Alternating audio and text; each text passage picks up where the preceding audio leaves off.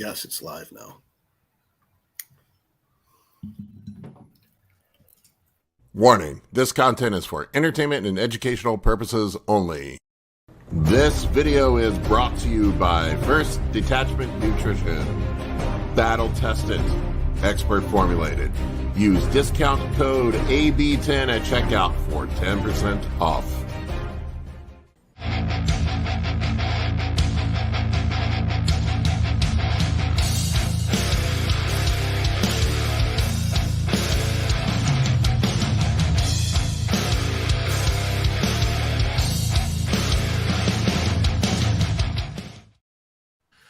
All right, bros, what's up? Big Paul here. Another Anabolic Bodybuilding live. Todd is eating whole food. That's what? Pretty cool. Yeah, I've been eating whole food for like 9 weeks, I think, at this point. God. That's a big step for you. No chicken shakes. Yeah, I was only having the chicken shakes on the morning that I did the show after a while. And then today I was like, fuck it, I'll just bring real food because... You okay? Yeah, I'm doing great. Okay. I'm loving life right now. I have no idea who's going to be on today. We were trying to get Dynamite D on, but his internet sucked. So You know what I forgot is my ring light. Hold on. That's why I look so... Let's turn it on, Todd. Yeah. I was talking to Vigorous Steve. He may or may not join us. He said he was having construction done at his house and it was going to be very noisy. So he said if they wrap up, he may jump on, but we'll see. My mic working? Yeah, your mic's working. All right, cool. And Roman will be here at some point. Maybe Chase. I don't know. Anyway, this is like a party. It's whoever wanders into the bar for drinks. We'll shoot the shit. We'll talk. We'll see what happens. So Kolton, I see you. You're now a taken man.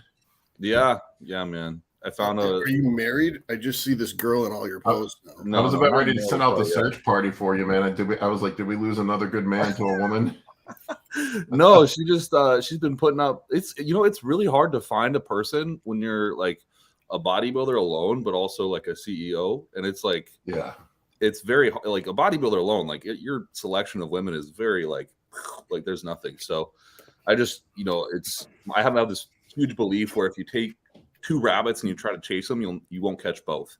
So you have to choose one or the other. And it's kind of like a flawed belief, but in a moment's time, I was like, all right, I'm going to provide as much time as I can to this person to like gut check them and then, sort of distribute my time evenly again. So we're back on par.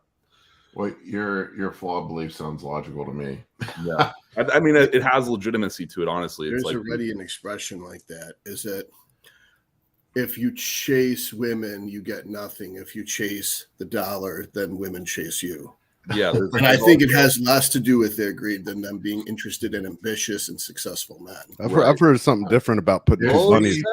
What's up, Steve? What's up, guys? Sorry for being late. Don't let me interrupt. Please continue with your story. No problem. We were just talking about Kolton's newfound love interest. Yeah. There's a saying that you can take care of the garden or you can chase the butterflies. If you chase the butterflies, the garden dies. And then the butterflies go away anyways because they're not going to be there. But if you tend to the garden and you grow it and you have beautiful flowers and it cultivates something nice, the butterflies come to you. And if they don't, you at least have a beautiful garden. And so that's kind of the way I see it. I like my garden freshly trimmed. It's always been a battle with me with women, like as I work so much and I'm very like hyper focused on stuff, like almost to the point of being, I don't know, neurotic about it, and it drives women insane. It's been a battle with my girlfriend lately. Yeah, it's prep season, and this is like really the first year where I've had a ton of prep clients, and it's just like I'm so involved with prep every weekend. And it's just I'm on my phone constantly, and I know it drives her nuts. But anyway, yeah, it's hard striking that balance sometimes. But I just I do what I do. It's just the way it is. If you can find a girl who's willing to put up with your extracurriculars and understand that while you will put her first in some situations, that other things come first, and those things were in place before she arrived, and she can respect that, you hold on to her, because that's hard to find. Really hard to find. Yeah, it's hard, and it's weird because our schedules are so different too. Like we have competitors on Saturdays, and Sundays are that's like Saturdays are packed, and then Sundays like catching up on all the busy work you didn't get to do on Saturday. Yeah. So it's literally, like, I'm doing all my check-ins that I missed on Saturday because of prep. Like your weekends just in the garbage, and it's like now you guys know when I stopped coaching. Yeah. And I did it for like 12 years or 13 years in total. I had zero weekends. Yeah. And then, and then you have to eat on podcasts, just to catch up on time. So, dude, I had MRIs. I was coaching people. I've done holidays where I was coaching people, and it just never ends. So, yeah, at one point you just need to be on YouTube more, and then you can do what I do and just kick back. And do consultations. I'm trying to catch up to you. Hey, Kolton, you were at one point a part of the Facebook group, right? I was, yeah. I remember, dude. And I missed you at the Mr. Olympia. I think you met Scott McNally there. Yep. And then I didn't catch up with you. Yeah, I'm sorry, dude. I'm sorry I missed you. It's fine. I was happy to be there, man. It was a really cool time, but I was a little underwhelmed by the whole expo. So I figured, you're going to be enjoying your time. I mean, hell, it's the first time you were at. Is it the first time you were at the Olympia that year? First time USA, first time Olympia. Yeah. So like, who cares about me? You have so much more to experience. But but I know you slightly personally, by interacting with you in their Facebook group, and then you've been around for a minute now. So well, maybe this year. Are you going to be in Tampa? Oh yeah. Okay, I'll be there. Well, we'll definitely catch up. Awesome. If Paul's going to be there too, we'll have a big anabolic bodybuilding catch up. I'm trying to get Kolton over to Swiss. I'll be there. Me, Todd, and Colin, we're all going to go to Swiss. Oh yeah, I'll be there too. Yeah. Hey, Todd, nice to meet you. Nice to meet you, man. Finally get to. I actually felt so bad. I listened to the episode that you were on last week that I was not, and I recall you saying that you used to play D&D as well.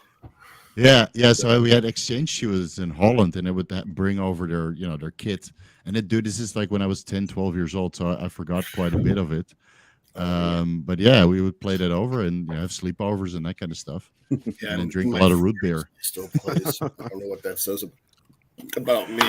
I mean, hey man, Kolton was saying it's hard to meet girls if you're a bodybuilder and a business owner. Well, imagine if you're a bodybuilder, a dungeon master. That means something, man. A dungeon master you don't get for free. The opposite sex than being there's plenty of women who'd like to meet a dungeon master. They just want a different kind of dungeon master. That's not what it's for. That's not for the cobwebs. Hey man, I still play Legend of Zelda to this day, so I've been around the block. My girl is playing the new Zelda right now as we speak. Oh, that's great, dude. I wish I had more time to play. I'm a video game collector. I buy all of them and then I never play them because I don't have any time to play them. My Windows desktop is just like a graveyard of icons that I will never, of games that I will never play. Yeah, I built a whole ass PC to like play games once in a while, and I still have yet to play a game on it. So it's brutal. No. Well, Diablo just came out. The new Diablo has gotten really good reviews. Oh, there's Diablo 2. Oh, man. Diablo 4. Bro, Diablo 4. 4. Yeah, 1 and 2. You need a personal assistant, yeah. Yeah, just to play games. I'll play the games for you and tell you what they're like. I'll be your personal assistant. Yeah, please keep us all informed.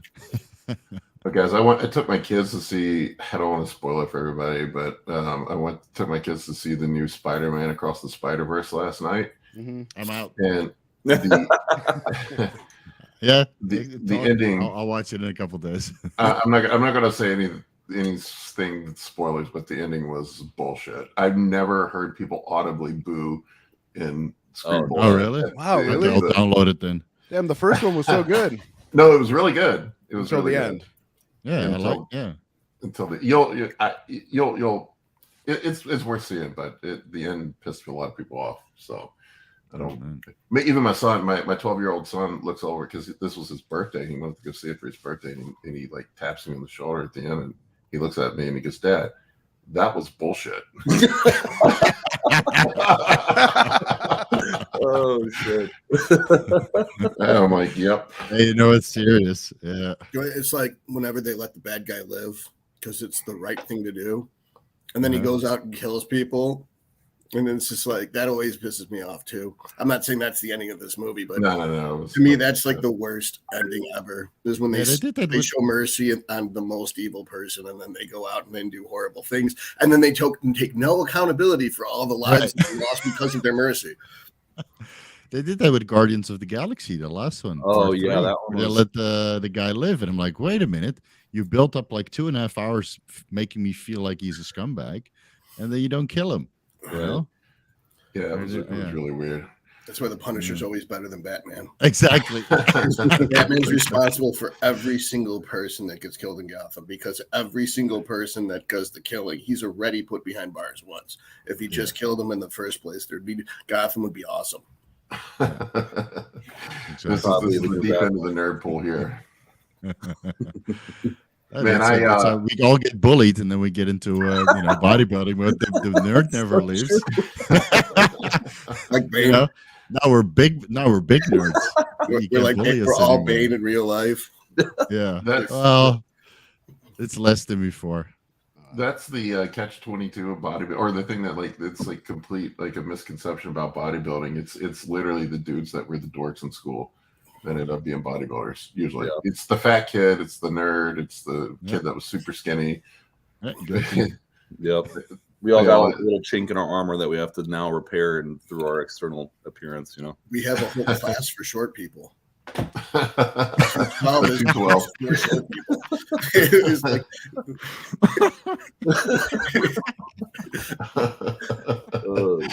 oh god, everybody can feel at home, right? Hey, but at least when we go to the reunions, we're not bullied anymore. So everybody further ahead than most of the guys that used to be chads. Oh my god! Oh, the guys I went to school with, they look like they're 70 years old. Yeah, it's really weird. Yeah, time was not kind. Beer and cigarettes is not good for anti-aging. That is for sure. So I'm on my second week of pushing my doses up, and holy crap, man! Like I gained almost 10 pounds in a like 10 days. It's nutty, man. You got to take all the steroids that I'm not taking, so please. So I'm at Todd. You weren't on here last week, but I pushed up to 1250 test and 1,000 Primo, and I got some Serostim, so I'm running. I'm splitting it up into 4 doses, so I'm trying to think it's like 4 point something units per day, and then doing Pharma HGH or the generic HGH on top of that, so it's about 10 units. Total per day. So you ran to the limit of the generic that you can handle, and then you fill in the gap to hit 18 with the. I'm not going up to 18. I'm around 10. Oh, okay. So you're at like 6 and 4. Okay, got you. The tiredness hasn't been as bad. But Justin's all the time telling me I do baby doses, so I was like, he's like, you got this year to get it done, man. And I'm like, all right. How are you splitting the GH? I've been doing it I split it up 3 ways. So I'm doing it morning when I get up, pre-workout, and then before bed. Okay. I don't know if that's the smartest way to do it, but that's how I've been doing it. Sounds reasonable. I think if you're gonna do 3, I would do first thing in the morning, post-workout, and then before bed. Well, the problem is my post-workout, I work out right before I go to bed. It's really weird. That's true. So you're supposed to space them by like 5 hours in order for the insulin receptor, in order for the GH receptor to get reset by the presence of insulin. However, if you're running as much carbs as you're running, your basal level of insulin is probably so high, it's always reset. So you probably could actually do more doses in a day. And, I guess you get the most bang for your buck at like 2 units. So if it was me, I would be doing 5 shots a day for 2 units each shot. That's a lot of work, Todd. Yeah, well, that's true too. Is I don't have anything else to do. You have multiple businesses and 2 kids and a girlfriend to maintain and a dog. So I could understand why you only have time for 3 shots. Yeah. Put the girlfriend to work. It's a bonding moment 5 times a day. So, babe, can you? Yeah, they get right there.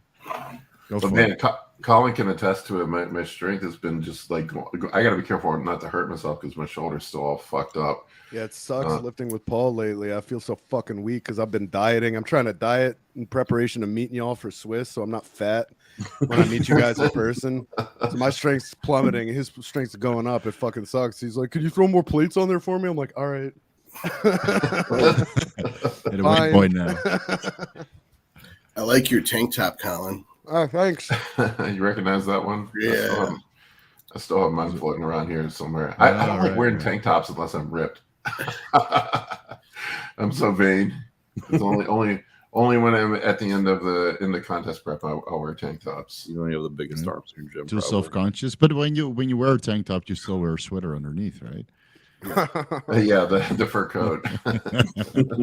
Yeah, as long as I get my shoulders shaved or the backs of my arms, then I'll wear a tank top. I don't care. I have no such quality. Unless I have like chest fat that's rolling out of the tank top, then I have to. That's the worst, dude. That's the worst. That's end of the off-season look, where your tank top is super tight, but it's actually rolling like like a caged sausage, like me right now. Yeah. Oh, you're getting there, right? I'm trying to get away from there.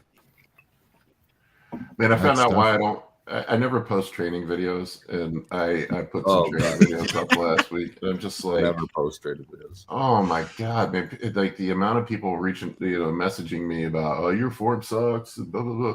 It's always the anonymous profile too with the cartoon character, and you can't comment on their comments. It's always that dude too. Yeah. It's terrible, dude. I tried to post like 2 instructional videos on like how to cue your glutes more, and it's just like, well, this person said this, and it's like, dude, I don't give a fuck. Like, he's 160 pounds. Like, what has he done, really? I hate that shit. It's so stupid.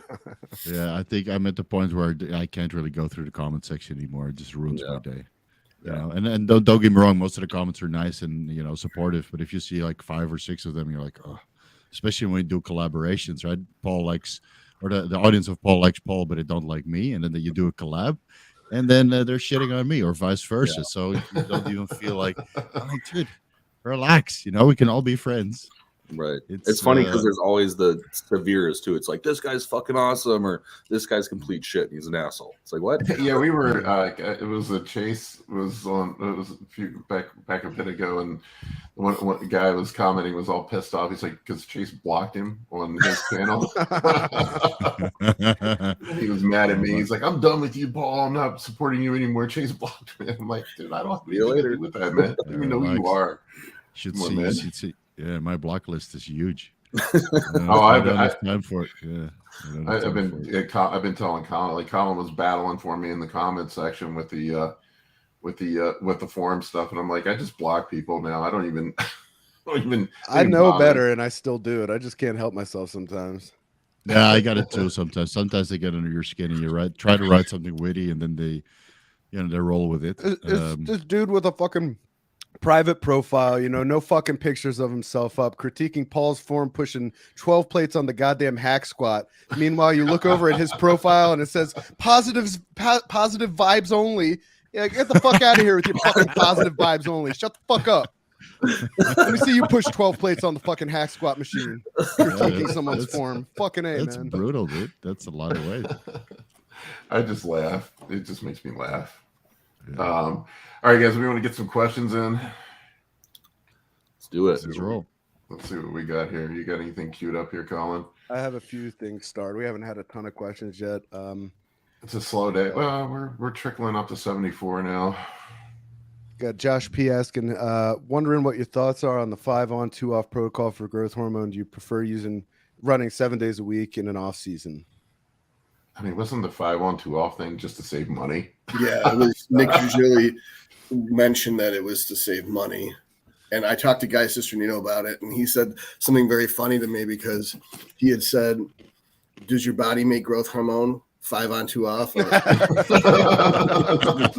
was like, so why would you inject? I was like, now in the previous conversation, he was saying that he had a coach that wanted him to do tren every day instead of every other day. And so he fired the coach because he thought it was too extreme.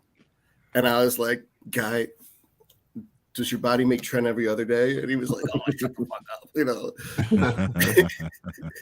No, it's very true. It's like, I think Broderick Chavez said it too, and he'd use it as like a proxy to see what you look like without holding that water weight from growth hormone. But I don't think 2 days is sufficient to even drop like a two weeks. Well, your IGF-1's elevated for 30 hours. That doesn't make any sense because it's not going to be 2 days consecutively anyway.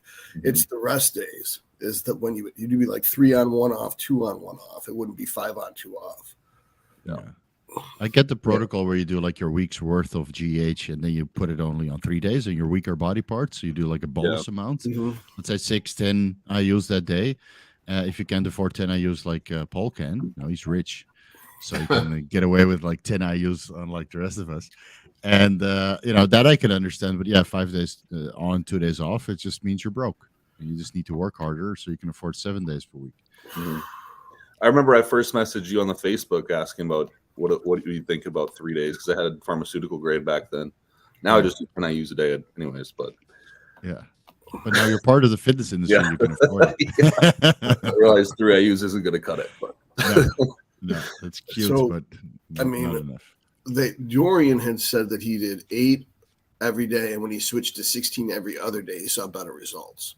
Yeah. I don't understand why that would be, but he kept accurate records. Now, of course, that's a sample size of 1, right? But I thought it was worth mentioning.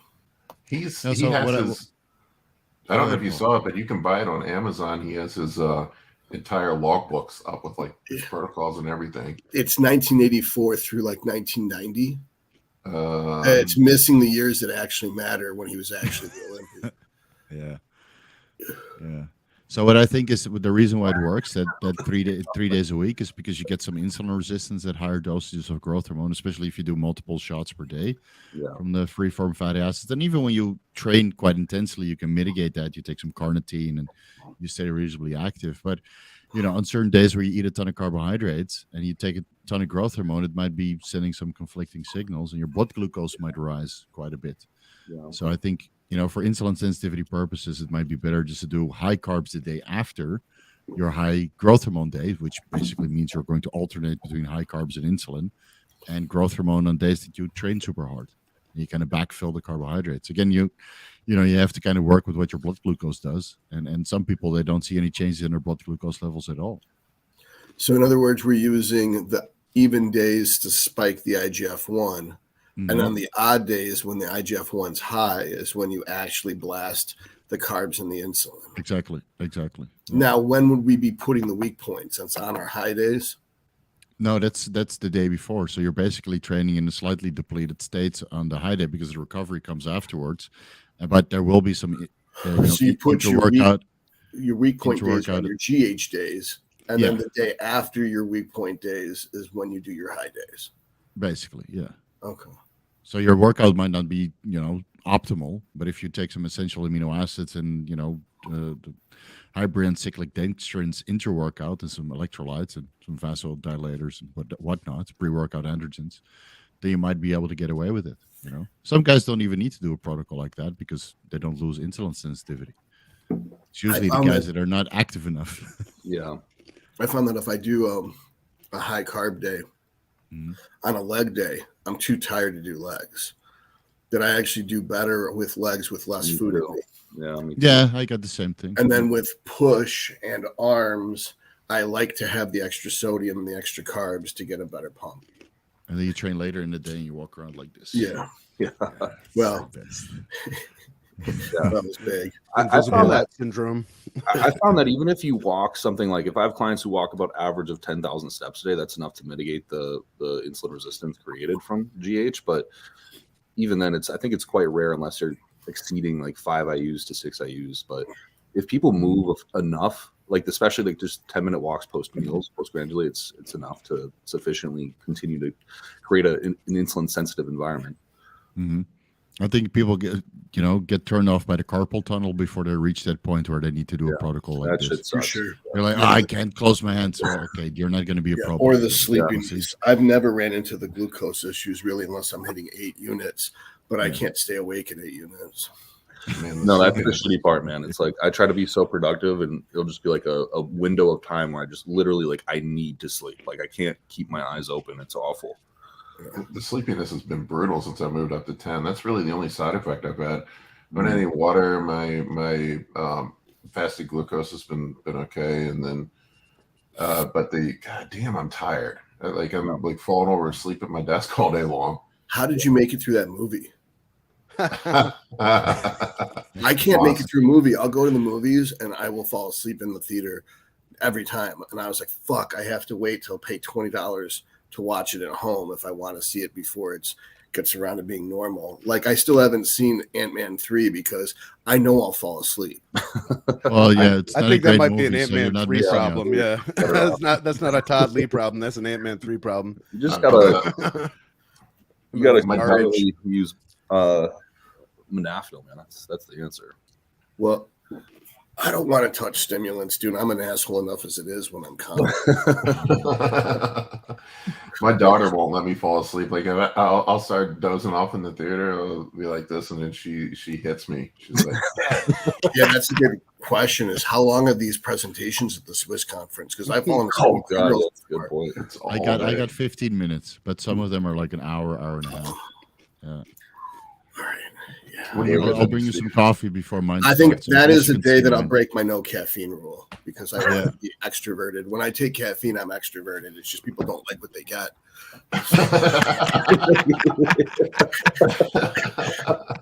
Turn it back inwards. It's like all the daggers. It's like a porcupine. It's just like, come here and let me give you a hug. I know we talk about it all the time, but I miss the old asshole Todd Lee from social media that got banned from everything. Yeah, the trend is flowing, so luckily I won't. Oh, really? Okay. Yeah. I just went up to 25 milligrams a day. So. Todd had the greatest line of all time for the assholes that critique form. Colin remembers that one, don't you, Colin? Wait, I don't remember this line. All-time best. Probably my all-time favorite Todd Lee line is he said something to the effect of, "I'm sorry, I only take advice from people who look like they lift weights." Yeah. Oh, exactly. Yeah. So now you got 99% of those guys covered. Yeah, exactly. My favorite is I don't think it. I went back and looked at old comments and shit. Like I don't know how I saw them. I think I screenshotted this one, and it was in like my Google Photos. And it was someone commented on a video. It's like, that was a complete waste of 5 minutes. And I was like, that's what your mom said when you were conceived. You guys were all on the boards, right? Back in the day on Get Big and Professional Muscle and fuck, all those boards were just getting into it all the time. God, I did an interview with Skip Hill the other day, and Justin, I saw that. Oh, I haven't put this one up yet, but that was on their channel. He came over on my channel, but we were talking about the message boards, and Skip was talking about how he used to just get in a battle with this dude on the message board all the time. He just absolutely hated this guy, and he said then they met in person, and he's like, he was actually a really cool guy. That happens at the gym. Like I have to get over it, but like you go to the gym, like you just like, I don't know, like. You just something in your brain's like, I don't like that guy, you know, like he does like one thing, you're like, ah, fuck that guy, you know, and then like eventually you talk to him like, that's a nice guy. Too many Erections in the gym. It's I think it's like Alphadar. Like you pick him up as competition, so you automatically dislike him, but you can't admit to yourself that you're threatened. And then after you get to meet the guy, you find out that he's cool, and so you don't care anymore. Yeah. Oh man, the old boards, they were great. I mean, it was like the wild west. I remember Skip Hill though, man. He would absolutely destroy people though. It was hilarious. He would just intense muscle, right? Yeah. Oh my god, he would just take their lunch money and beat them up, man. It was so bad. You can't. There was no stupidity on that board.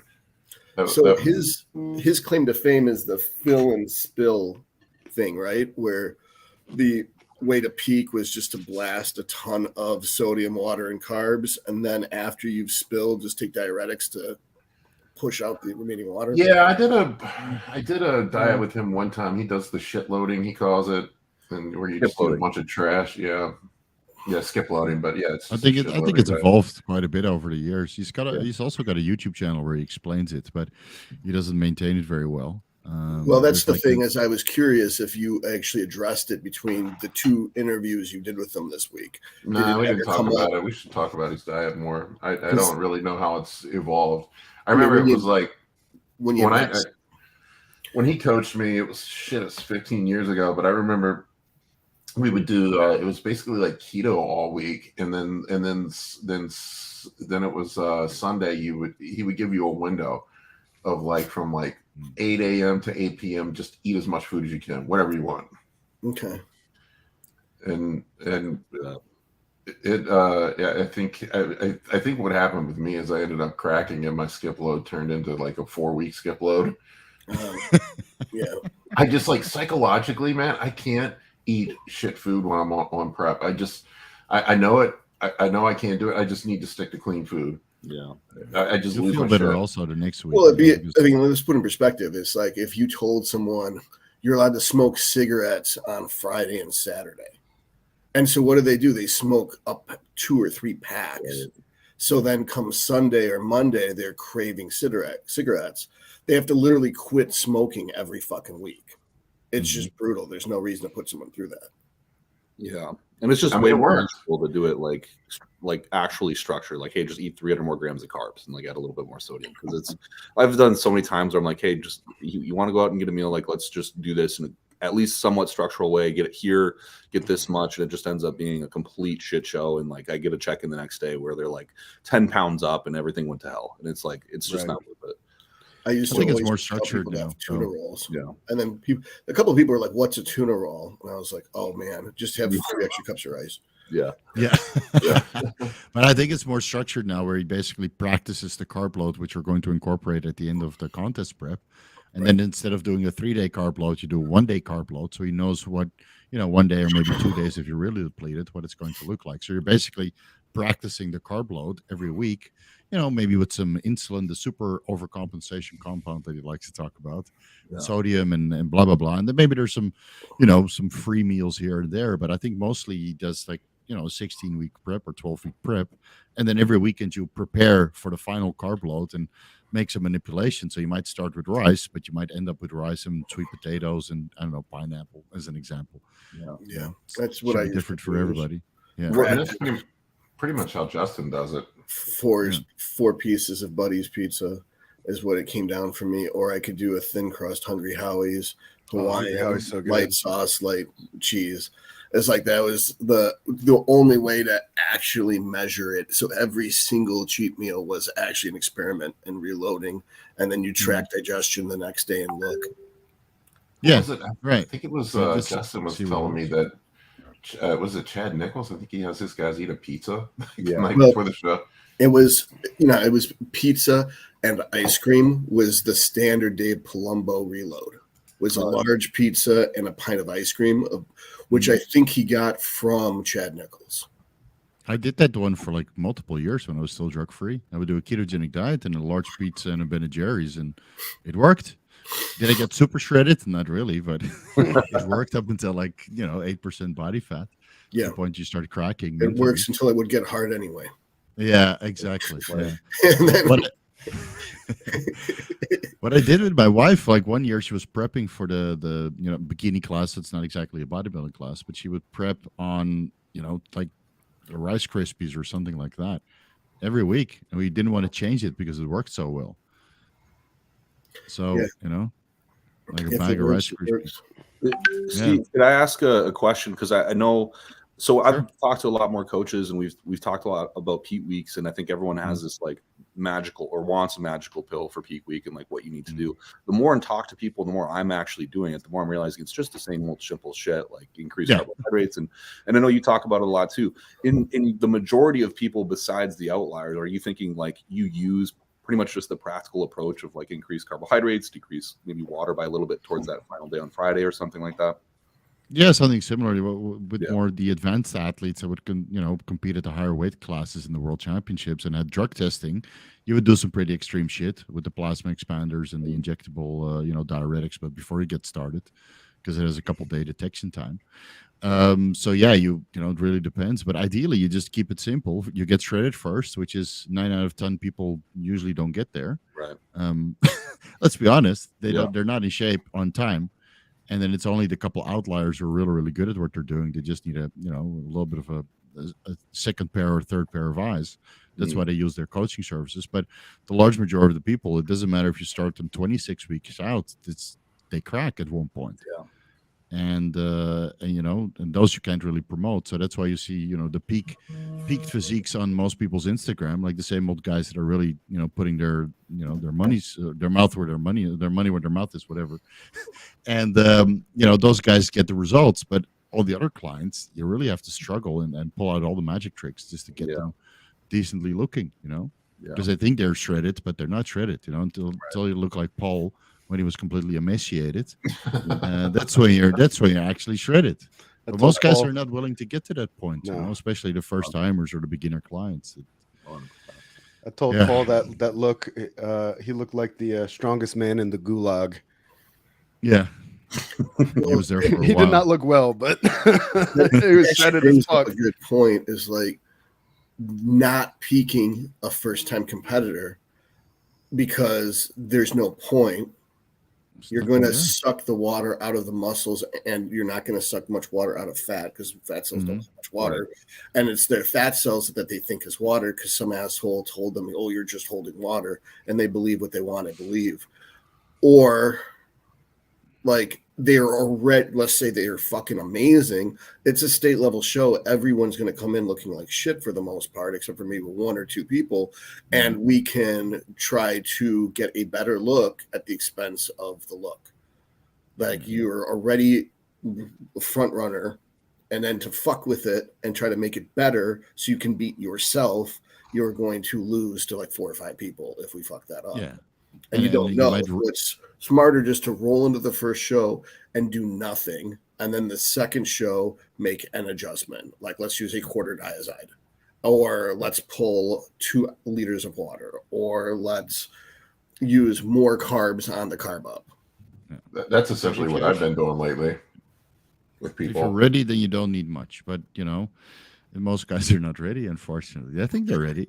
Everybody in the gym tells them that they're ready, but when you look that's at the them, thing, right? You have their moms glutes, like, you're shredded. You look great. It's like, and of course, the last thing they want to hear is dude, you're 4 weeks out.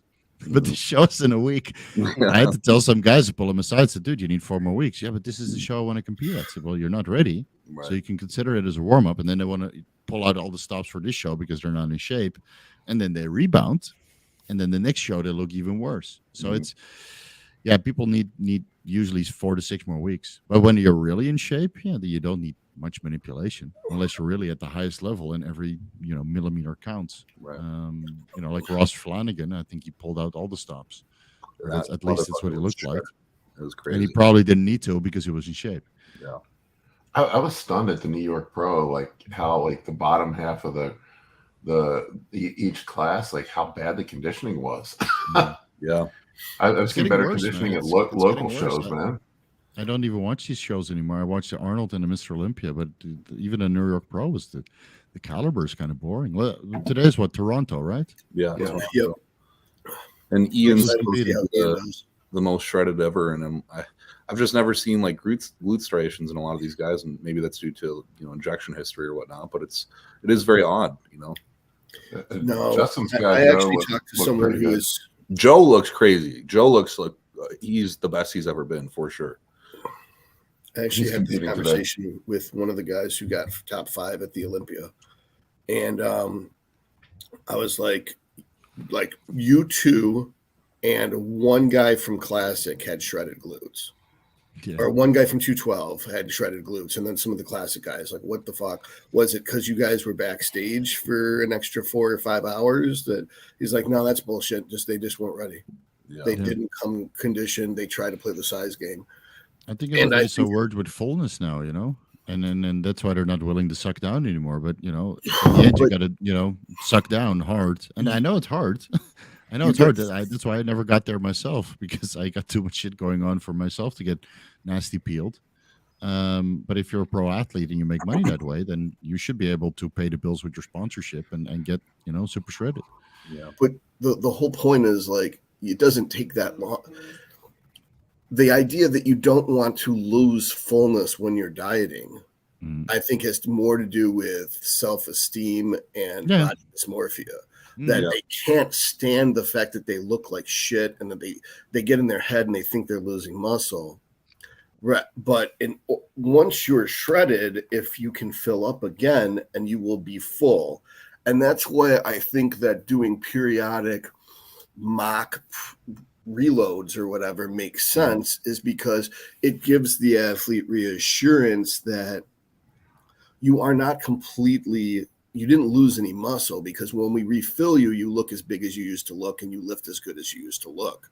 That having a reload once a week or something would allow those muscles to refill, and so you don't have to worry about it getting all the way down. Like, I guess the concept is if the glycogen levels dip below, let's say 50%, then you start sacrificing muscle and glycogen. It's not like the muscle it's not like the muscle waits until it's at 0% glycogen before it starts burning amino acids and gluconeogenesis for fuel. It starts doing it around 70 to 50%. So I think that's something Justin does, is he doesn't want you getting completely flat before moving the bar and refilling you. And that way you can still get fully shredded. I don't think you have to deplete the glycogen to get fully shredded. However, I think the reason why they don't get completely shredded is because they're not refilling very often. And then they're afraid that they will get as they get lower and lower in food, they get flatter and flatter and flatter. They look worse. And then they don't want to lose any muscle. So they want to increase their food amount.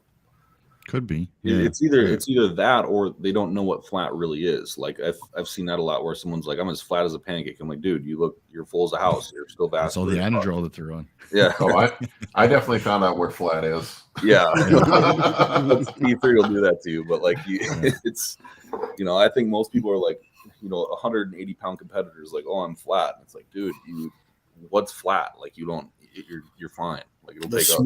Yeah, the amplitude of difference between your full and flat's 4 or 5 pounds. Right. That's not really a measurable change. I love the dudes that get 3 weeks in the prep and they're like, they're like, oh my god, I think I'm getting flat. Like, you're not flat, man. we're not there yet. I think I did like what Roman Fritz last week. He mentioned that he was, now refeeding into the show, right? He was ready 4 weeks out. Ideally, you get to that point, right, where you're ready 4 weeks out. Jay Cutler has mentioned this in many videos as well. He's ready. He starts pulling back the cardio and starts increasing the carb slowly, and then you don't even need to do a refeed because you're just slowly and steadily growing or filling out into the show. And so, refeeding on 1,100 grams of carbs a day. Yeah, doing 2 a days. That's psychologically for a competitor that way is good too, because it's like prep kind of isn't prep, and then you're really confident going into a show instead of being completely strung out and flat and whatever this stuff is. But you have 4 weeks of time, 3 weeks of time to eat more, enjoy your workouts, enjoy the environment, not do all the copious amounts of cardio and then walk on stage feeling really good.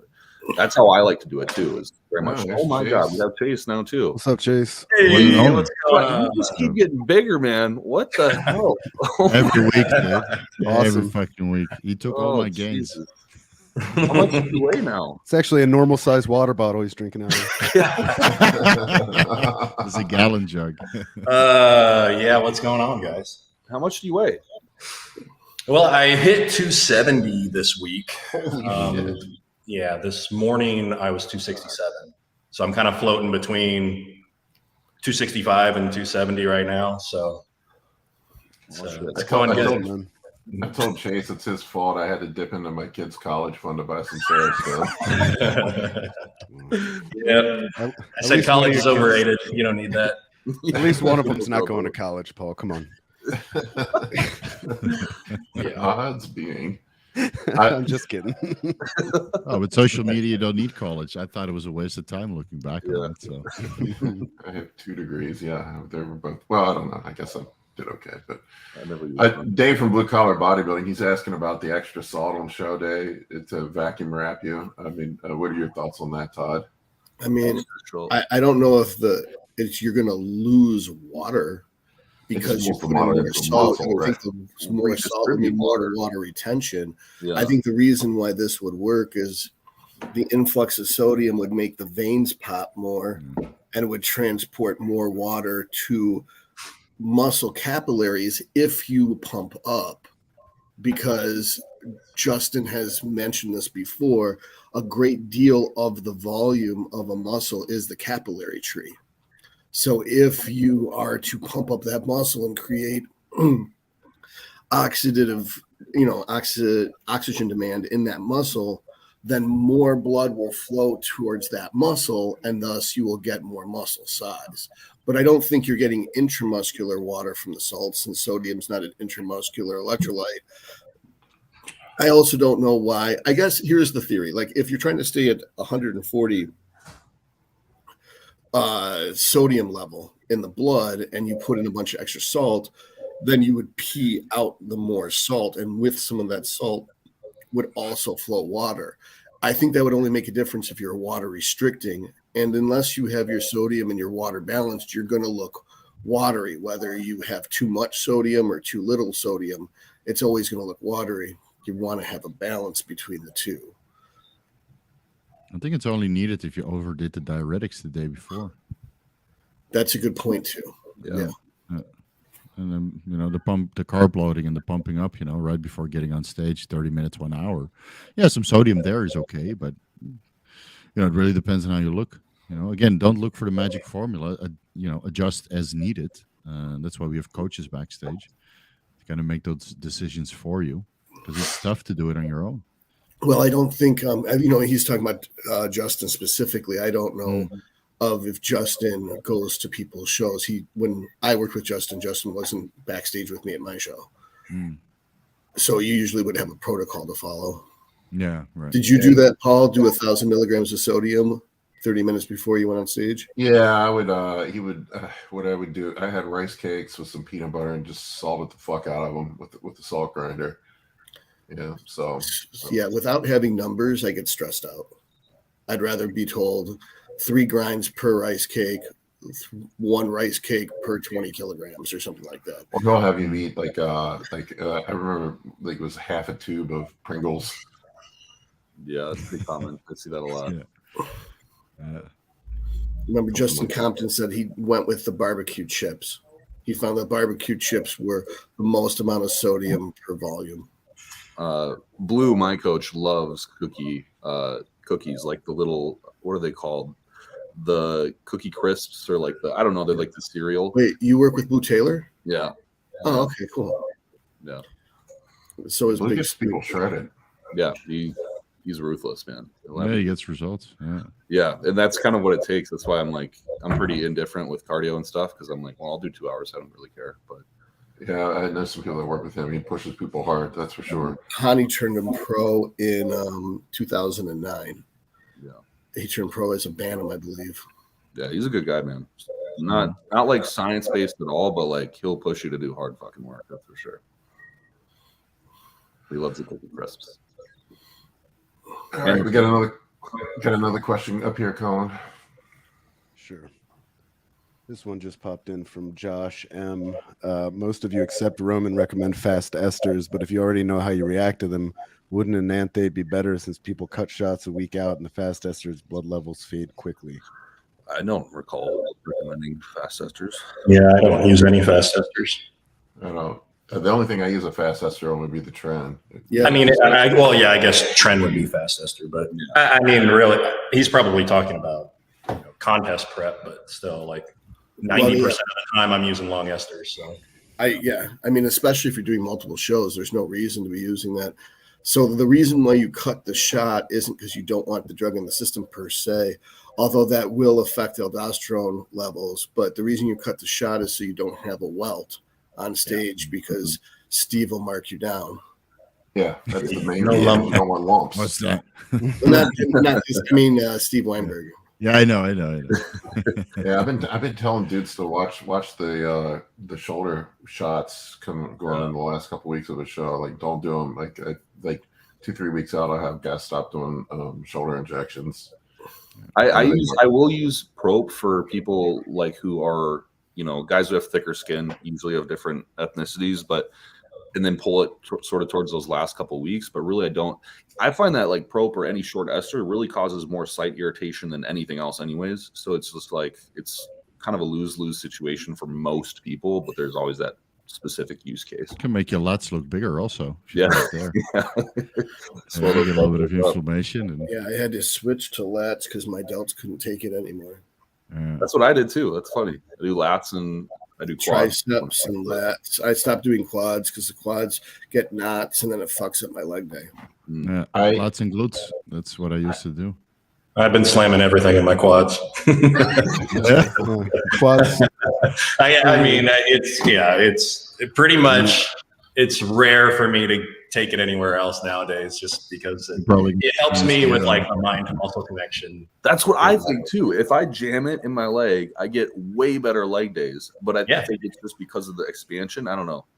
I use the L-carnitine before I lift on the quads.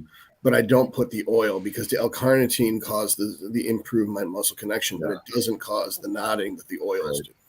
Yeah, I haven't had any knotting issues lately. So I remember like a freaking decade ago, I tried quads and it was just like I did both quads same day, and it felt like I couldn't bend my knees. So I'm just like walking stiff-legged around and stuff. It was just fucking terrible. But nowadays, it's not a big deal. How much volume are you putting in them?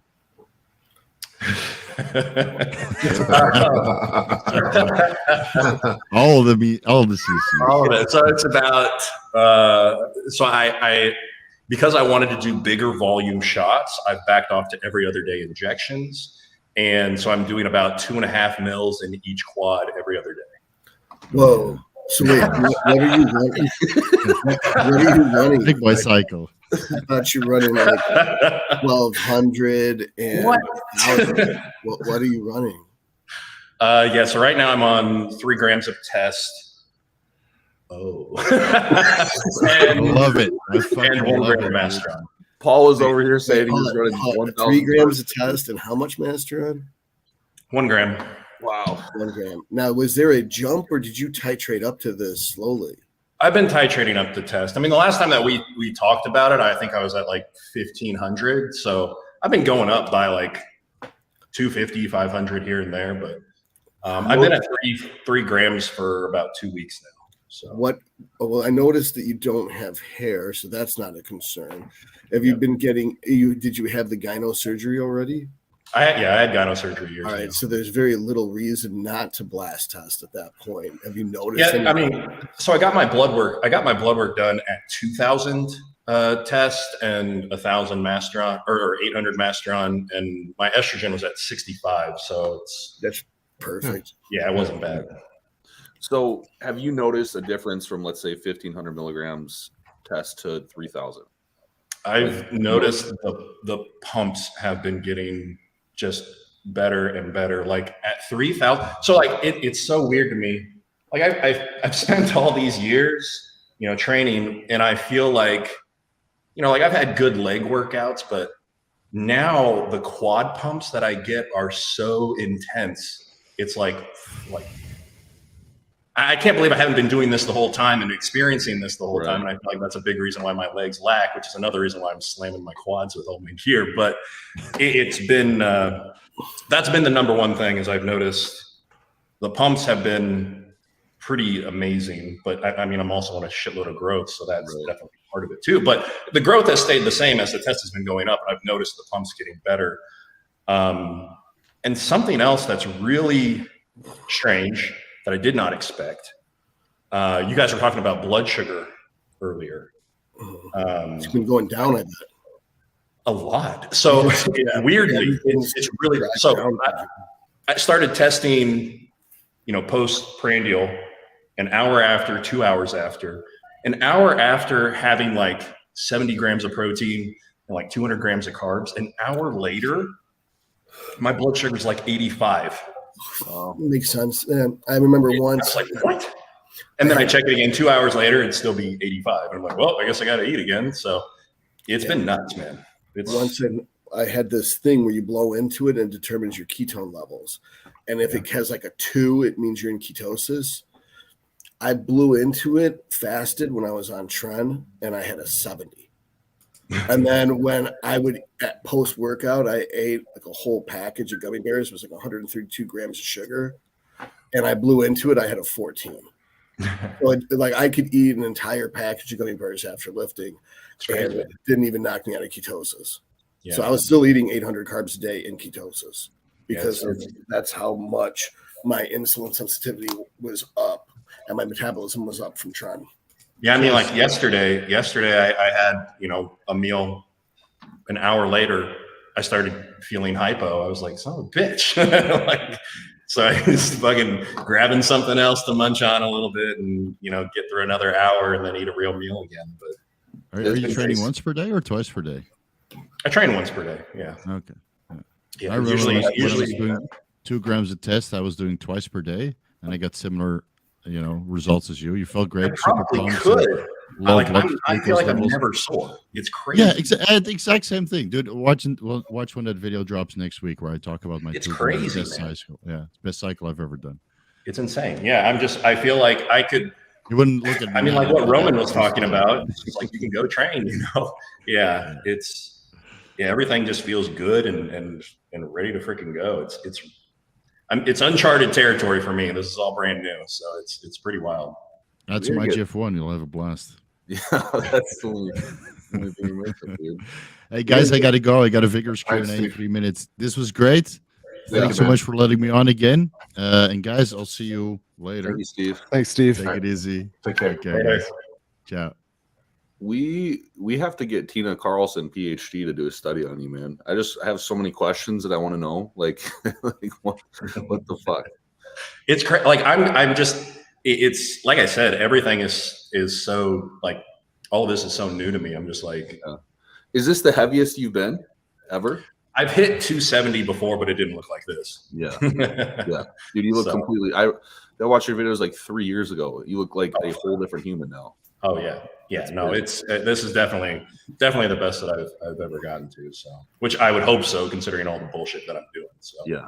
Right. But it seems like when you stick to just like test DHT derivative like Primobolan or Masteron and GH and insulin, like you can run shit up pretty high without much problem. Right. Justin says as long as you control your blood pressure, you're going to be relatively fine. I believe that wholeheartedly. I've not really, and I'm the guy that does cardio year round and hit cardio and like all that. I just love it. Yeah, me too. Yeah. But my health markers are never that bad. And I know I'm young and like whatever, but realistically, I think if you're just doing the smart stuff that we know works, it's relatively innocuous for the most part. Yeah. Yeah. I mean, I do cardio all the time and I've bumped my sauna time up to about 30 minutes a day too, which is, that's what I was just doing actually was getting rid of those heavy metals. What's that? Getting rid of those heavy metals. Yeah, I mean, all that UGL. I'm not experiencing any like edema or anything like that. I feel like it's all really helping a lot. So where did Steve go? He had to leave for his show. You said you offended him. At 1. You offended his pronouns, so he had to leave. Well, that's good. Yeah, because anyone who's that sensitive deserves to be hurt. Right? Toughen them up. I'm feeling pretty great running this. I've gone up to 1,500 milligrams of test before, and I felt like shit, but I was running Deca with it. So I think that was the issue. It's like running. Yeah, running. I don't know. Like I'm just like, people don't want to hear it about Primobolan, but I'm just like, I don't know why I wasn't running Primobolan my whole life. Yeah, well, it is my favorite compound. Hard to get. That's the problem. Is it's expensive and it's often faked. It's like really hard to. It's so good. I switched to Masteron and I'm having like when I was running Primo, I had knots, like hard knots, every single shot. Yeah. And people are like, "Oh, it's painful." I'm like, "Yeah, it's painful because it's fucking swollen." Like I'm less concerned about the pain than the fact that it's like deforming and potentially causing scar tissue.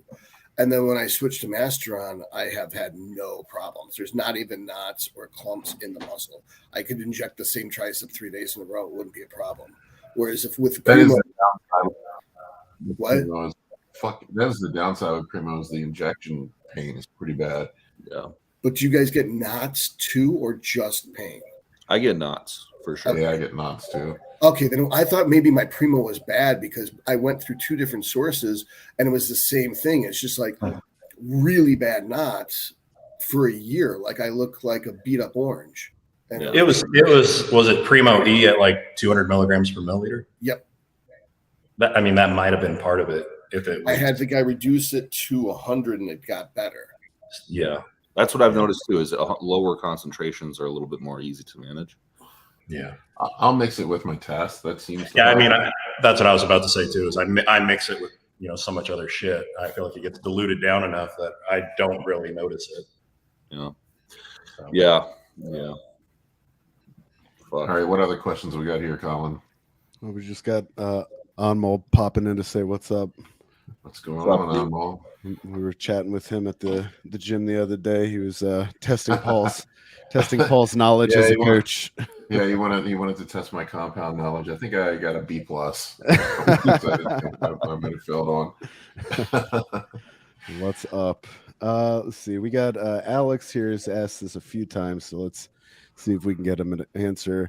Been taking 720, 350 test EMSP split into daily injections, no AI. Just added in 50 milligrams of Anavar daily, having high E2 sides after 1 week. Could this be due to lowered SHBG? I think your VAR is Debo. It's either that or you just a high responder to the VAR in such a way that it does lower SHBG. What I use is in our clinic we use like very low dose Anavar to lower a high sex hormone binding globulin. So I can see, I just don't think it's going to happen that drastically. So I think in this case, Todd's probably right. Like it's I did a little home experiment. This was like a couple of years ago, and I ordered Anavar from 4 different UGLs. 3 of them were D-ball. Really? So the Mast P has a higher binding affinity for SHBG than the Anavar. So because he's using Mast, I would think the SHBG would have been mopped up anyway. Yeah, good point. That I think it's Proviron then Mast are the number 2 ways to take out SHBG. Yeah, so it's already suppressed, and now it's just like this shit is kind of irregular. Plus, when you're running 700 tests, at that point, you've already mopped up your SHBG anyway with that. Like a lot of people forget that once you start breaking the 500 threshold with tests, you start getting effects of other drugs. In other words, like I don't think there's supposed to be an upper limit of DHT conversion. There's supposed to be an upper limit of estrogen conversion. Otherwise, let's use Chase as an example. If Chase was 3,000 tests, then his estrogen should be like 3, 4, 500. Yeah. But it's not at 65. And that isn't because of just 800 Masteron. Right? If it was the same, like if you use 1,000 test and 500 Masteron, you're looking at a 100 estrogen. So on that same logic, for him to have that same ratio, he should need 3,000 test and 1,500 Mast. But he's only running 800 Mast, and he's got even less estrogen because there's it's not like you have an infinite supply of aromatase. At some point, you've saturated the aromatase enzymes. And so the same thing with the SHBG is like if your E2 is low enough, what SHBG? SHBG is dependent off of E2 levels. Yeah. My SHBG was a 3. Jeez. I don't see anything negative with it. I mean, I thought like things that I had heard about low SHBG would be like lower libido, sex drive, stuff like that. But if anything, I mean, it is correlated to fatty liver disease, but who knows in what population? That's kind of the problem. Is that like an obese person who has a shitty SHBG, or I don't know. But that's interesting. Yeah, then I like how you put that, Todd, because it's definitely more probably D-ball. This is why, like, just go to a compounding pharmacy if you're living in the U.S. and it's cheap. Just order it there. It's always going to be more cost effective and more worth your time, I guess. Not necessarily cost effective, but milligram per dollar spent, you're probably getting more efficiency. I'm curious what high E2 sides he's experiencing. That's what I wanted to know as well. Is like, what if he's not actually experiencing high estrogen sides? What if it's like sides of high androgens or something? Like, yeah. That's the tough part. All right, what do we got next here? Well, there's one thing I want to touch on when you mentioned. Oh, go ahead. I am not convinced the compound pharmacies are better than good underground labs. That's true. That's very true. I had ordered patients test enanthate, and they were recalled.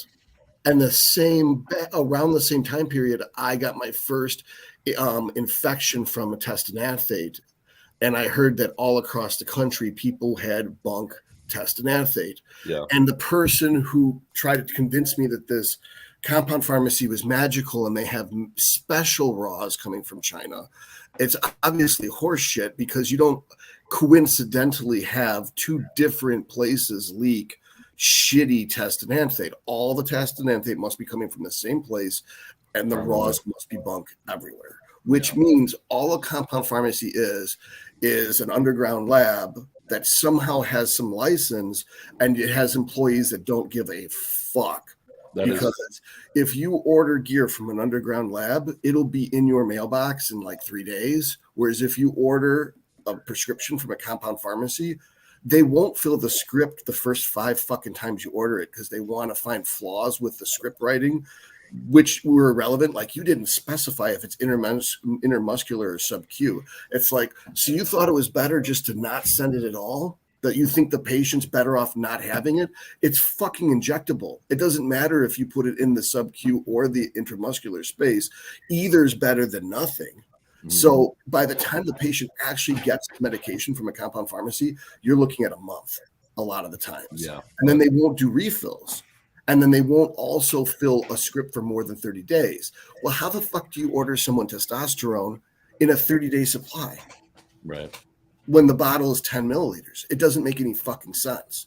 So if the quality isn't higher, the price is 10 times as much, the customer service is fucking dog shit, then compound pharmacies are garbage and they're a waste of fucking time.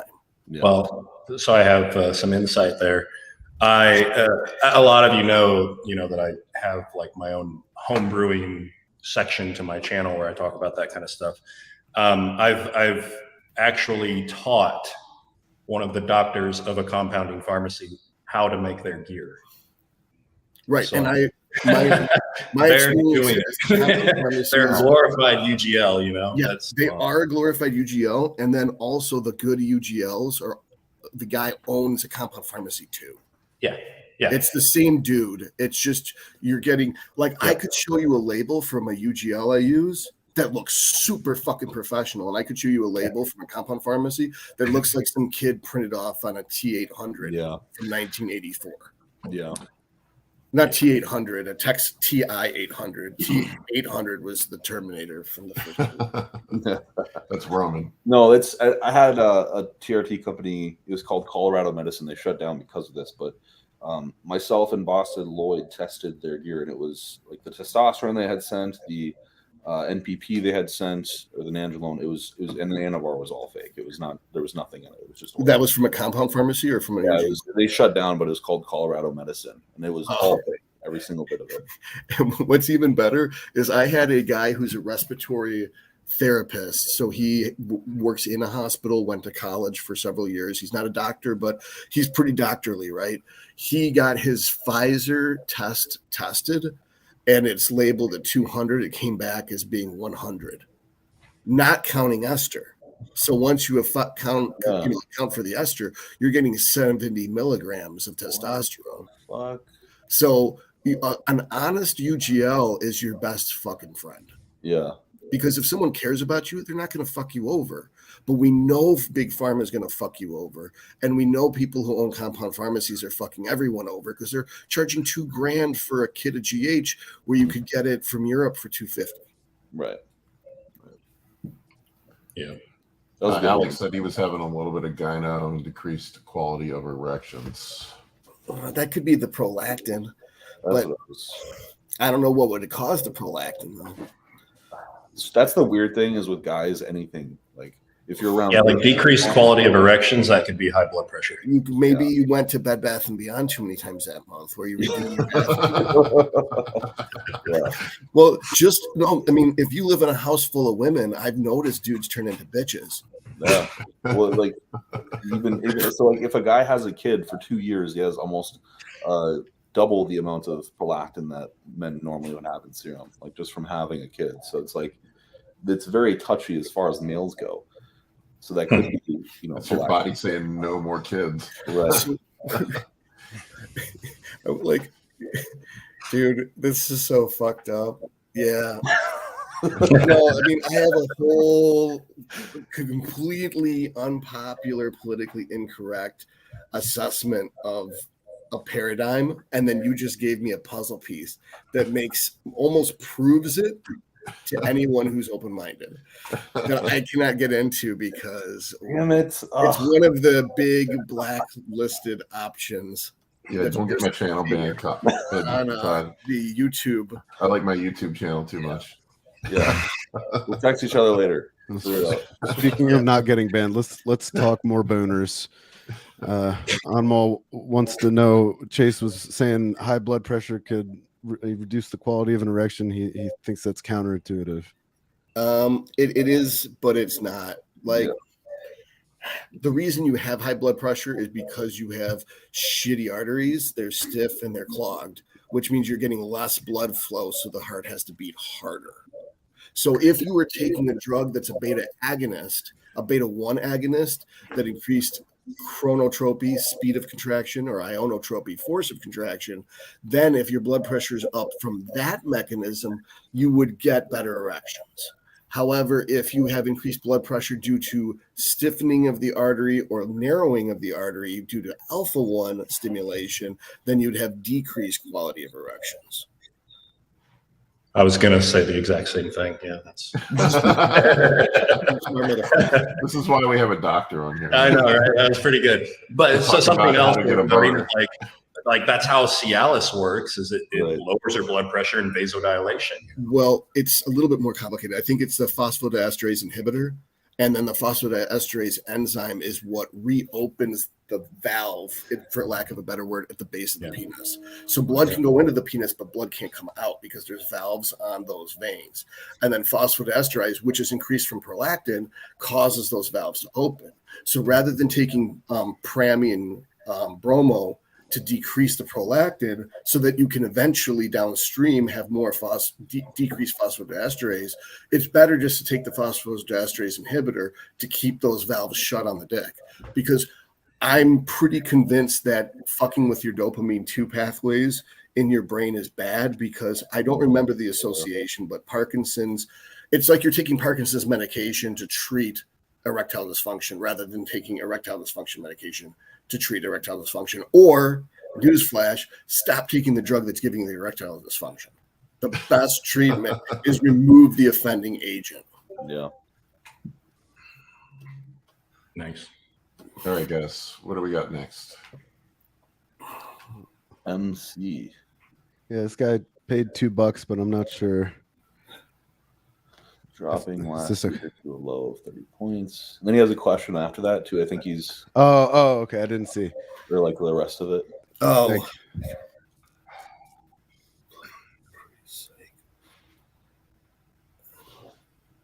Oh, boy, this is tough. What were you running? I mean, it sounds like you have incredibly good values. Yeah. Your GGT is an 18, so it's irrelevant that your AST and ALT are high. The fact that they're almost identical means that you were just training hard. A lot of people get a placebo. They believe in the steroids, but they don't believe in themselves. So when they're on steroids, they train harder. So they actually break down the tissue. That's not an insult. It's just something I see. No, it's very true. It's very true. That the alkaline phosphatase being pretty much the same, 34 to 30 is irrelevant. That could just be statistical lab error. And that's basically indicating that you weren't using orals, or if you were using orals, they didn't do any damage. And the GGT being under 20 means you're fine.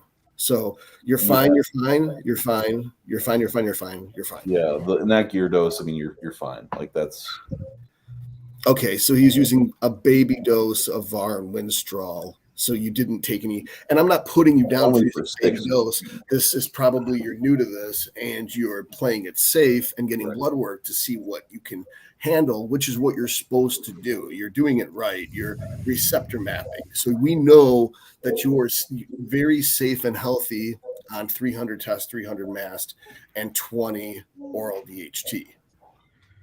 I wouldn't bother with the oral DHT. I probably, in the future, it's just not worth the hassle because you didn't test your DHT. I mean, your HDL. I mean, I would suspect your HDL would take a hit, or more so from the 20 oral DHT than if you just did 420 Masteron. Since you're injecting at Masteron anyway, then I don't see the point in the orals. Yeah. Especially a combination pill. It's kind of like your drug dealer had some extra shit on hand and wanted to unload it and told you it's better. And I don't know your case, but that's usually what I find. I don't get the combination pill. If you were going to use them, the reason would be to use the Winstrol at the beginning and swallow it, but the Anavar sublingual pre-training. That's the only possible explanation I'd see for using both of those drugs. Yeah. All right. I don't know if anybody wanted to do any Rate My Physique today or not. Sure. I have Rate My Physique. One gentleman reached out before the show, Anson Robbins. He wanted to know if we could watch, if we could take a look at his. I put a link to his Instagram profile in the private chat section, Paul, if you want to throw that up. The heck was that? That was me. Oh. I dropped my phone. Roman can't make it today. No problem. His apologies. He extends his apologies. Tell me I'll love him. I know Roman's at the end of prep, so. Let me see here. Here's Anson. He's got some before and afters. Looks like he just finished prep. Yeah, so I've got. He says he's 22 years old.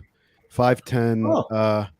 He's been weight training since 15, and he just did a show in November 2022. And he was on stage at 175, and now he's doing his first post-show off-season. In the purple trunks picture, he says he's about 215. Oh, that's a big game. He looks like me in my show I did where I got emaciated. Yeah, he got in shape. Let me pull him up here. I would say like he's definitely, his arms are great. Like dude's got great arms for like, especially in his other pictures. Mm-hmm. He's got a decent side chest. I guess we're not seeing all the mandatories here, so he's not. The back got a lot better since the show. Yeah. So what's the weight differences here and the time difference? Left is obviously before November 2022 to now. Okay. He so what's that, like 7 months? 7 months. He went from 175 to 215. Okay. So probably 20 pounds of water, 20 pounds of tissue. Yeah. He said, so you're getting a lot of background noise, guys. Has somebody got a TV on or something? Yeah, no. I noticed that too. It's either that or there's feedback. I think it's feedback from the podcast. It was Chase. Was it? TV on. He just reached out quietly, took power off on the that poker face though. That poker face. Who was it? I don't know.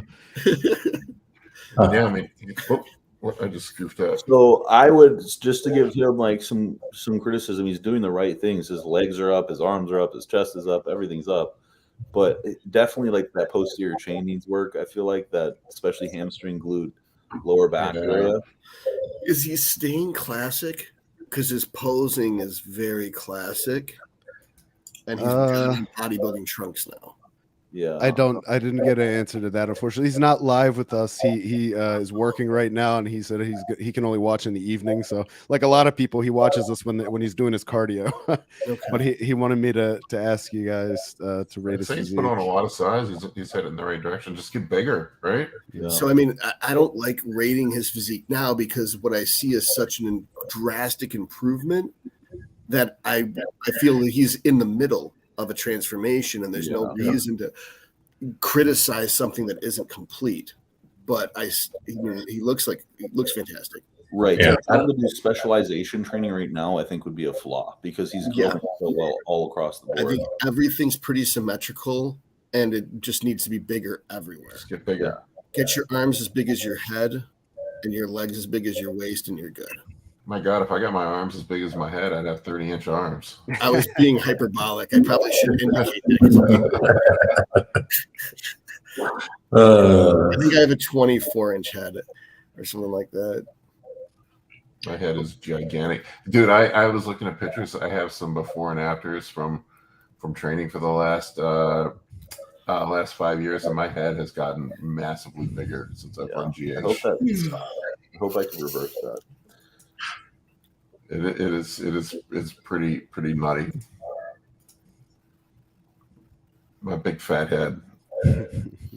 All right, we got another question here, Colin. We'll probably wrap up here soon. I got a bunch of check-ins. I got people competing today too. Sure, let me see. We got a few. Wait, I'm confused. So you dealt with their prejudging stuff and then jumped on the podcast? Yeah, some of the shows I have, like people are. The one kid he's already done, but I hate the shows where they do morning prejudging and evening finals. Really, that's pretty normal. Break. I don't understand the whole break. Like Karina's at a show right now, and they've got men are in the morning prejudging and finals, then women are in the evening prejudging and finals. I like that. That's a much smarter way of doing it. Yeah, because that's the way they do the ones here. No one wants to sit the fuck around and eat and then just get soft and shitty and then get recorded while they're soft and shitty because they've been trying to hold the look for 8 hours. Meanwhile, no one wants to sit through the women to watch the men or sit through the men to watch the women. You're there for somebody, and usually the opposite sex has no appeal to the crowd that is draw. Like if you're into bikini, wellness is pretty similar. But if you're into bodybuilding, classic physique's pretty similar. But no one wants to sit through 200 men's physique guys.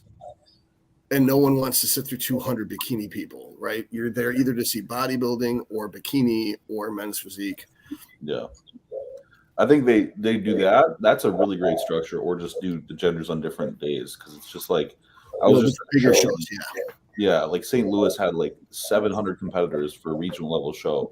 And it was ridiculous. Like we were there till like 2 a.m. And it's just like it's stupid. Yeah. I like what they do at the national level is usually Wednesday, Thursday's female, Friday is physique, and bodybuilding Saturday. And then pros is Sunday. That's how Gary Udit does his. I like the Gary Udit shows are laid out really nice. He does you weigh in Tuesday, you end up competing Saturday or Sunday. You got plenty of time to fill out. You don't have to sit through all the girls or the physique people. You can show up to see the bodybuilders if you want to. Yep. Yeah, his shows are always laid out really nice. All right, let's get one more question and then we'll wrap up. Sure, dealer's choice. We've got either a question or your guy Tyler Gergich said he'd be willing to do a rate my physique as well. Sure, we'll get whatever you prefer. Oh, we got to be nice because it's Paul's client. Ty's super young. He's like 19. Wait, didn't we do him last time? We met him. Was he on the show last time? He was on the show. Oh, okay. Now I really have to be nice. He said he can pull up some progress pics. Shout out to my client Sean Kreiner too in the comments. What's up, John Connor's your client? He's going to save us. Sean, the T800. I don't see. He doesn't have anything posted on his Instagram. I guess he was giving you permission to share progress pics that he'd shared with you, but I don't know if you have an easy way to I don't know how in the world. All right, don't worry about it then. What kind of camera are you using, Chase? My camera? Yeah. Right today I'm using an Insta 360 Link. So like you have a real camera in your gym? Is that what you use to film your workout stuff? I mean, well, I have a stupid amount of cameras. Oh wow! I've got shit everywhere around here. But no, like I have this.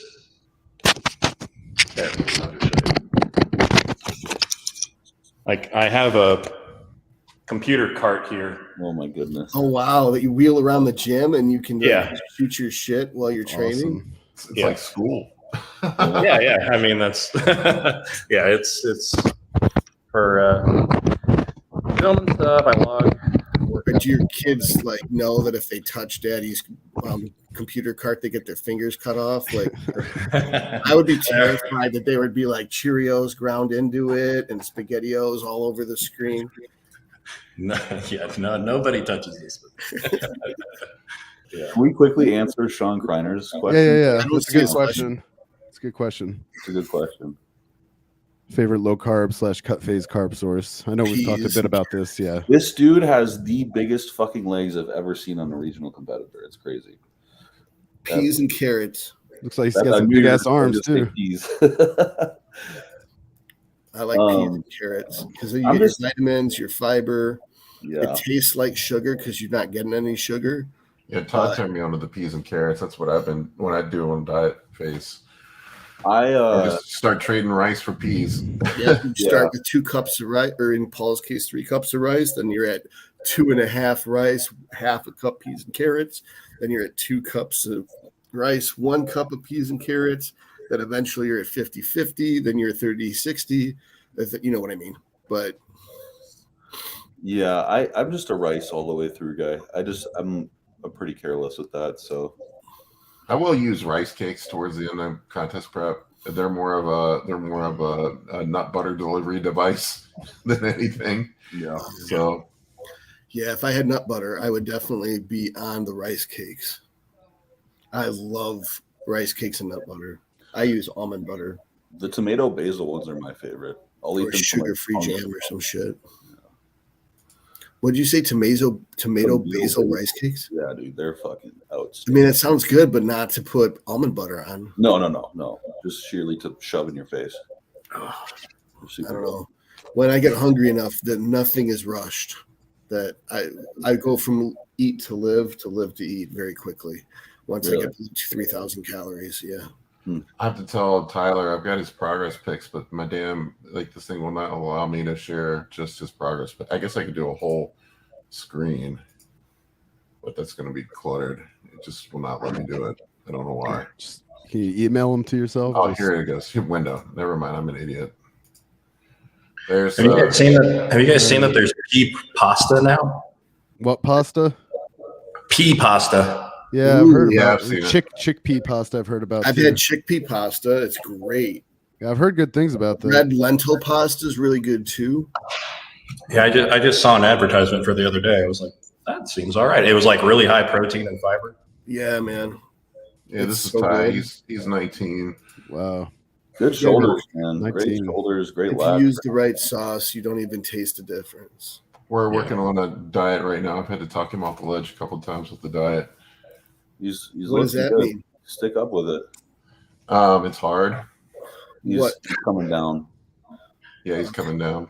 Is he not using peas and carrots? God, that's the only answer. Using carrots. Dude, I shit you not. It is a game changer. You will be very satiated if you switch to peas and carrots.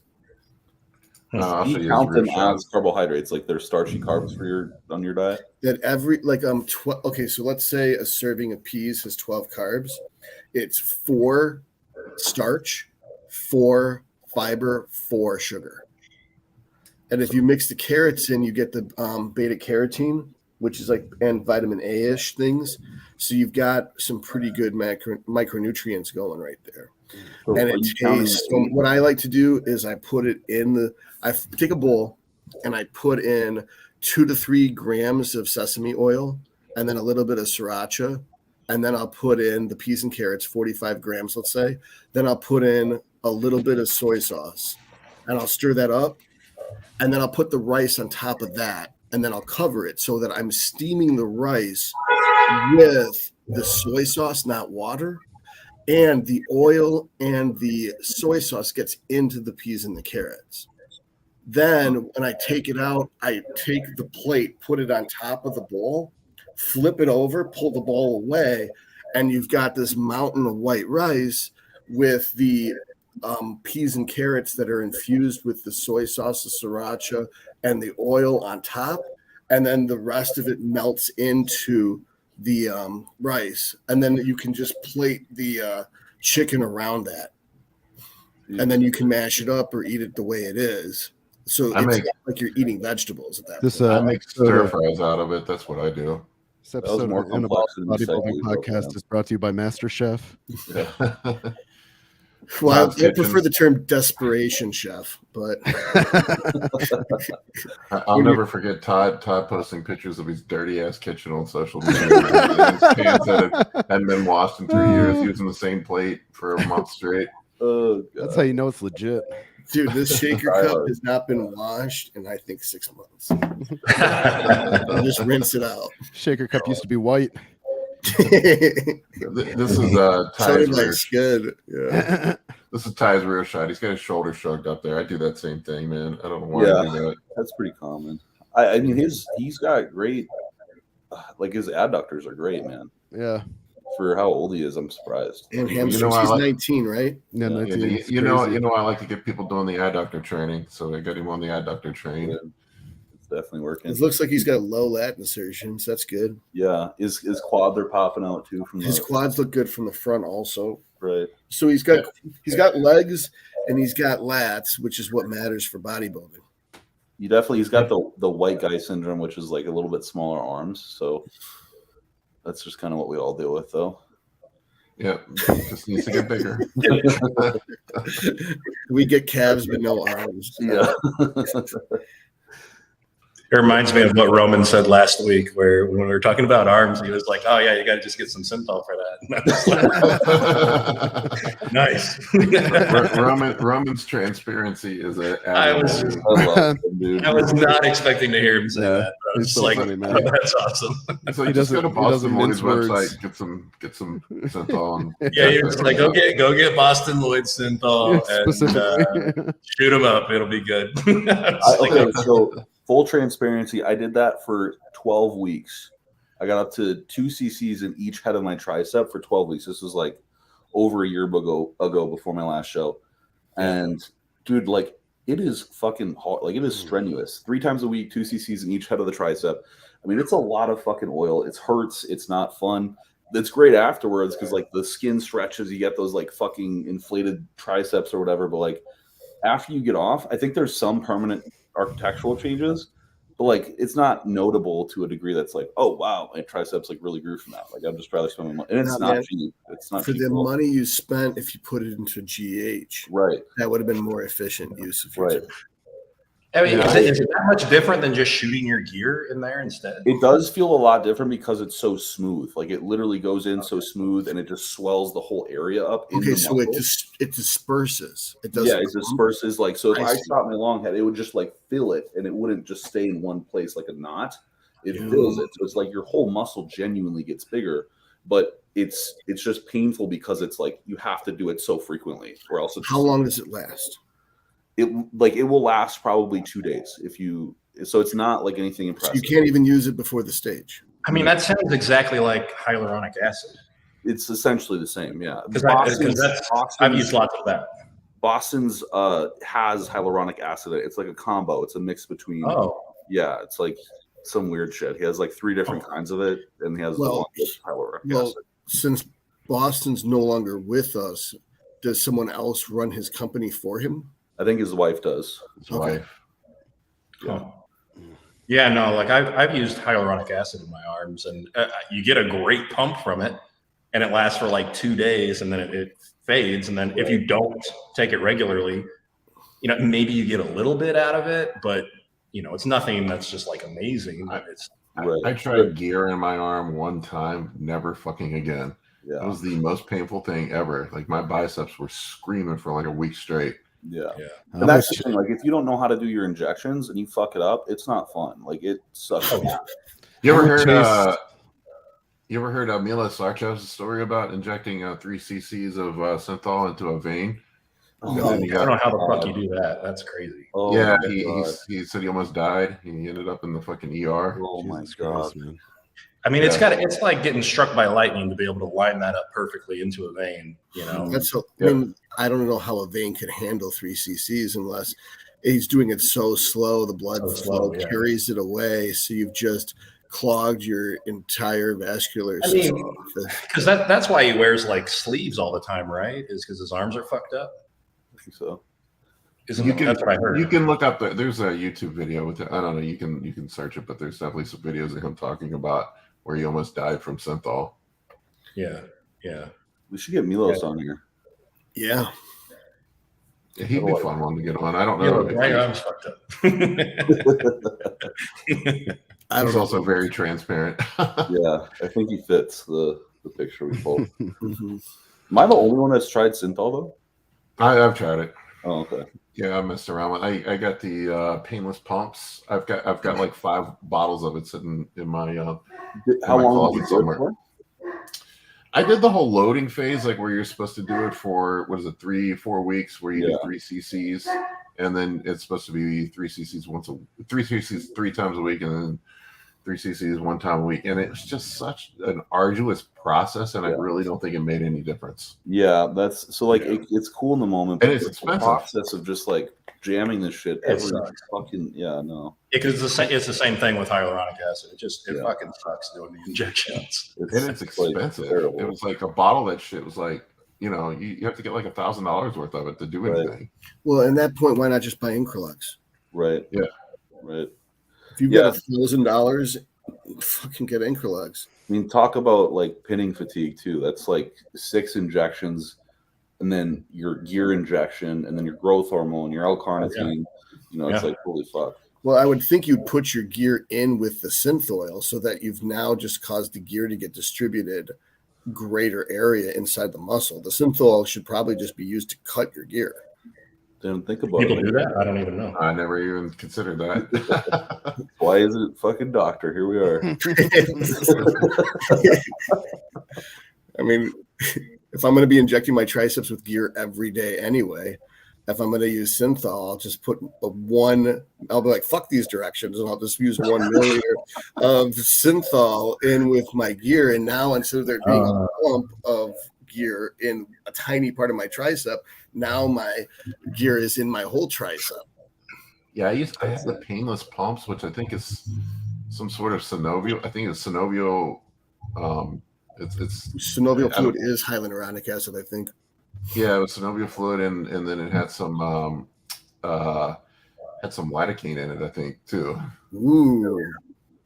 I've heard of that. I've heard of that combination. They don't make it anymore. It doesn't fucking hurt.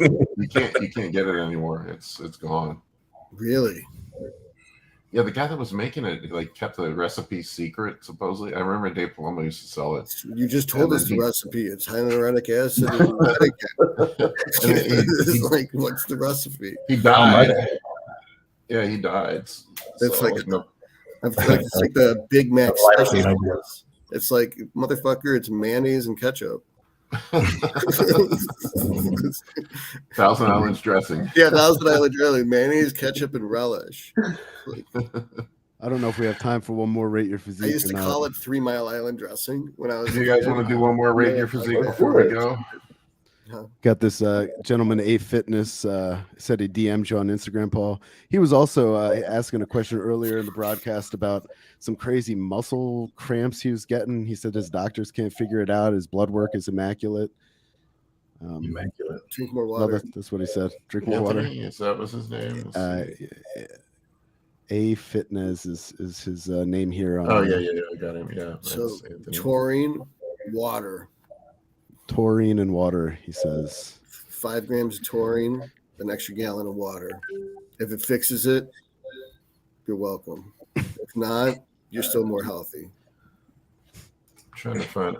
It looks like these just all videos. I'm trying to find. Is Rad 140 elite? Absolutely not. What's Rad 140? Is that what the kids are using with their pink sweaters? That's what. Like, he's 20 years old.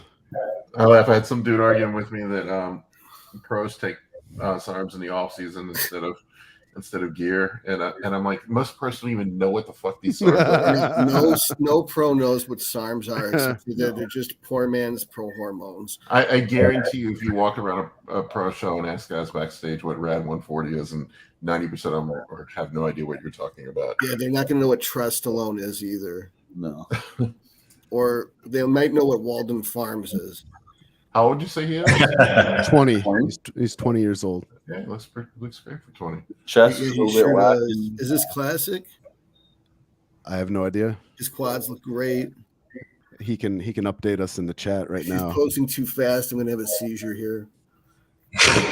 He's got that back double's good, but he's pinching a little bit too much. Yeah, every young guy does it. It's like really hard for people to learn how to spread their scapula. I've been struggling with that with a lot of guys. I think it's nerves. Yeah, maybe it comes with training too. I think like you can see here like where his scapula is pulled together too much. You got to spread that apart. That's just learning how to pose, though. That's not a structural issue. He's got great legs, great quads at least. Mm-hmm. Yeah, like he could throw his hips back and make those quads pop more. Yeah.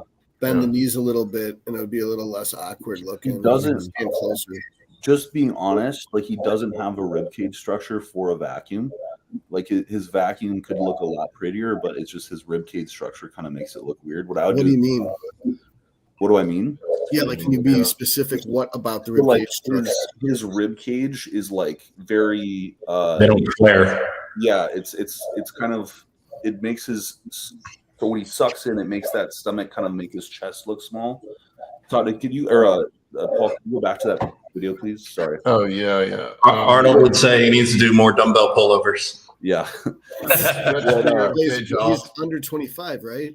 Expand the rib cage. Until you're 25. Oh, he said he DM'd you some pictures too. So like, watch right here when he see how I'm talking about how his rib cage is like really. Yeah, they're like this. Yeah, I see what you're saying that there's a huge amplitude difference between the xiphoid process and the 12th rib. Yeah, what you so said. That there's so he needs to like rib I would cage is still low, even though he's doing the vacuum. Whereas if it was a smaller amplitude difference between the xiphoid and the 12th rib, then the whole chest shelf would go up like a transformer. Right, because now it makes his chest kind of smaller, and then that vacuum doesn't look as pretty. Maybe if you pulled like a semi and didn't raise his sternum so high, it might look a little bit better. But we don't know if he could be crunching down, rather than firing his thoracic, lumbars. That didn't make any sense.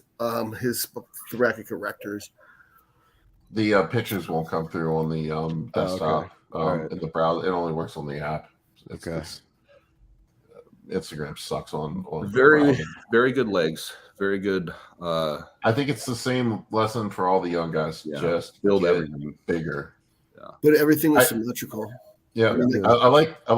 I'm gonna make a video about it sometime. I'll never forget when I worked with Dante Trudeau. I was like, how do I get my? I remember asking him, I was like, how do I get my arms bigger? And he said, gain 20 pounds. I'm like, that's all right. That's fair enough. Well, like I know where my weaknesses are, but I know that my weaknesses aren't that weak when I'm like at the top of my off season. So it's really just a weight issue. Yeah, and I think if anything, he could work on his calves. That's what I feel like Todd would say, or truly. But everybody we were at the pro show, like 2/3 of them didn't have calves. I don't really care about calves, but I know that's what people do. So I don't. 2/3 of the guys on the pro stage had no calves, so I don't think the judges even look at them. Yeah, I mean, I just like if you could pull out one flaw from Andrew Jackson. Who was it that made the point? Was it you, Todd? That somebody made the point that because the way the judges sit when they're on stage, you can't even really see the calves anyway because of the angle looking. That was up. Roman. Roman said that. I'm pretty sure. Roman said that. Yeah. All I know is I'm genetically gifted in the calves, and this is not good. Any other fucking body part would have been fine, but that I've got fantastic calves means just fuck all. Yeah, I got giant calves. I never train them. I wish my arms looked the same. Yeah, same here. It's like my calves are bigger than my arms. It's pathetic. Yeah, same here. All right, gentlemen, let's wrap this up. I got some check-ins to do. I'm sure you guys have other stuff to do. It's a Saturday. Yeah. All right. Well, folks, I I was appreciate going you to go see watching. the new Spider-Man movie. But, Oh, it's worthwhile, man. It's good, but you'll be pissed off at the end. I don't believe you. So just leave. Got it.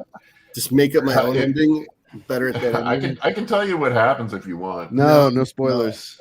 No. All right. It's just I just have a feeling it's going to be like a rainbow shoots out of someone's wand and basically erases all It's the nothing like damage. that. I'll just say it's the world's most giant cliffhanger, and it pisses you off. Oh, I don't mind cliffhangers. Okay. It's a really, really big cliffhanger, and you're like, what the fuck? That's it? That doesn't bug me. It's when things are after 2.5 hours or 2.5 hours. Yeah. It's like getting jerked off like right to the point of blasted, and then they stop right at there, and you're like, what? But that's the only thing that keeps you coming back from. You think you're gonna shoot your web and then nothing. If you do not get to shoot your web. It's like you get to look at Gwen Stacy for that long. All right, ladies and gentlemen, on that note, we're wrapping this up. See y'all later. Later. Deuces.